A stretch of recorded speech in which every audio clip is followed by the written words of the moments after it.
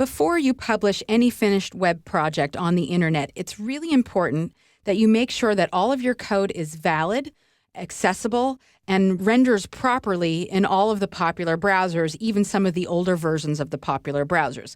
I've gathered 4 websites here that I think are important that you should know about. This first one is called the W3C Markup Validation Service. You can plug in the code, a web address, or directly input or upload a file of any web page and have it look through the code and find any issues that might be problematic. Then you can go in and correct those and then retest until all of your pages are valid. I normally would do something like this at the template stage before I create all of my template-based pages, then go back in and check each page individually because a little validation issue could really cause broken pages and display issues.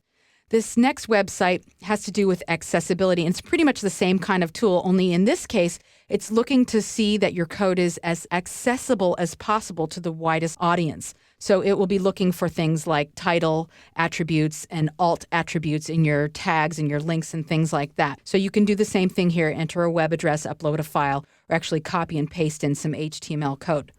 Now, as far as rendering goes, you may be on a Mac and not have access to a PC or vice versa, but you really should be testing on both platforms in the latest browser versions and then at least 2 or 3 versions below whatever's the latest.